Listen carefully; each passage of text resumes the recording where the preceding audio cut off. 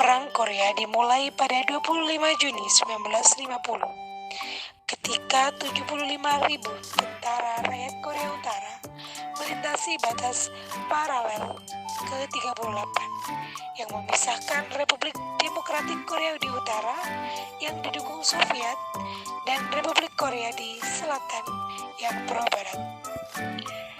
Awal mula terjadinya Perang Korea tidak lepas dari penjajahan Jepang di semenanjung Korea pada awal 1910 hingga Perang Dunia II berakhir pada 1945. Ketika Jepang menyerah pada Sekutu, semenanjung Korea menjadi daerah yang saling ditarik oleh Amerika Serikat dan Uni Soviet.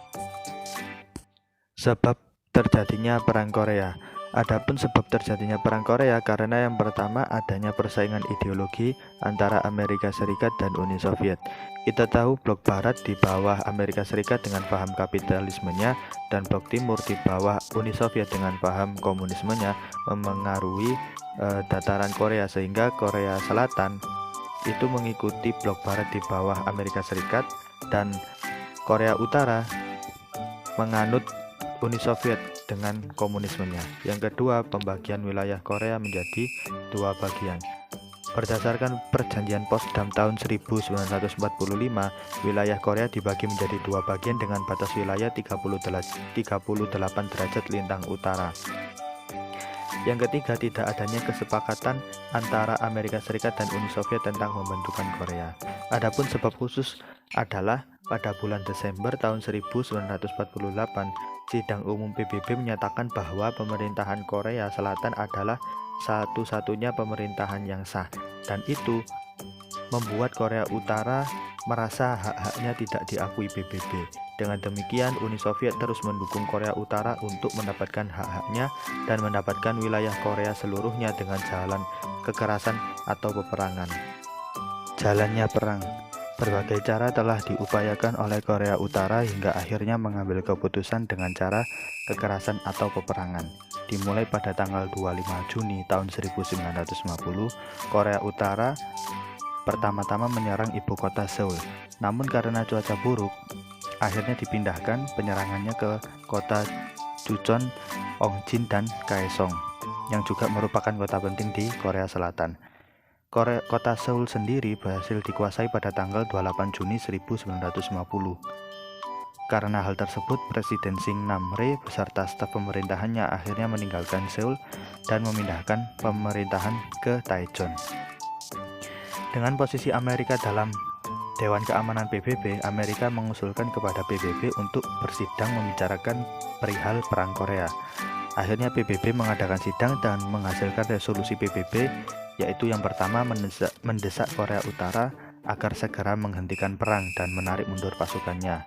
Yang kedua, memberikan sanksi kepada Korea Utara apabila tidak memperdulikan desakan PBB. Mulai September 1950, keunggulan menjadi milik Korea Selatan dengan berhasil direbutnya Seoul pada 26 September 1950 di bawah pimpinan Jenderal MacArthur. Yang pertama yaitu ada perundingan Kaesong yang terjadi pada tanggal 10 Juni sampai tanggal 22 Agustus 1951. Dan pada masa perundingan di Kaesong ini disetujui oleh pihak Korea Utara maupun Korea Selatan, yang disebabkan oleh kedua belah pihak ini saling memiliki masing-masing pendapat. Mengapa tempat Kaesong disetujui sebagai tempat perundingan? Yang pertama, pihak Korea Utara itu mempertimbangkan bahwa Kaesong terletak 20 mil di dalam garis pertahanan mereka. Dan yang kedua, bagi pihak Korea Selatan ini dapat menimbulkan kesan bahwa mereka bersedia melaksanakan perundingan. Yang kedua, ada perundingan di Panmunjom yang terjadi pada tanggal 25 Oktober 1000 sampai 27 Juni 1953. Dan pada masa perundingan ini merupakan perundingan yang bersambung pada perundingan di Kaesong. Dan dalam perundingan ini, masalah garis besar demokrasi ini bisa dibahas dan menjadi hangat. Pihak utara itu mengusulkan garis demokrasi selebar 2 mil. Selanjutnya daerah ini dijadikan sebagai daerah bebas militer. Dan yang ketiga ada gencatan senjata.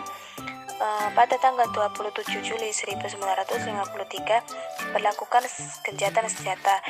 Ini sesuai dengan perjanjian yang telah disepakati oleh sebelumnya. Secara signifikan dampaknya Perang Korea ini ada 3 hal besar yang terjadi pada Korea. Nah, dampak yang pertama itu pada ekonomi di Korea Utara dan Selatan. Nah, perang kedua pihak ini mengakibatkan hancurnya infrastruktur dan ekonomi pada tahun 1970. Ekonomi kedua belah pihak ini sangat hancur. Nah, yang kedua yaitu ada dampak politik. Korea Selatan mengadopsi sistem politik yang demokratis dan beberapa dengan sistem politik di Korea Utara yaitu yang komunis.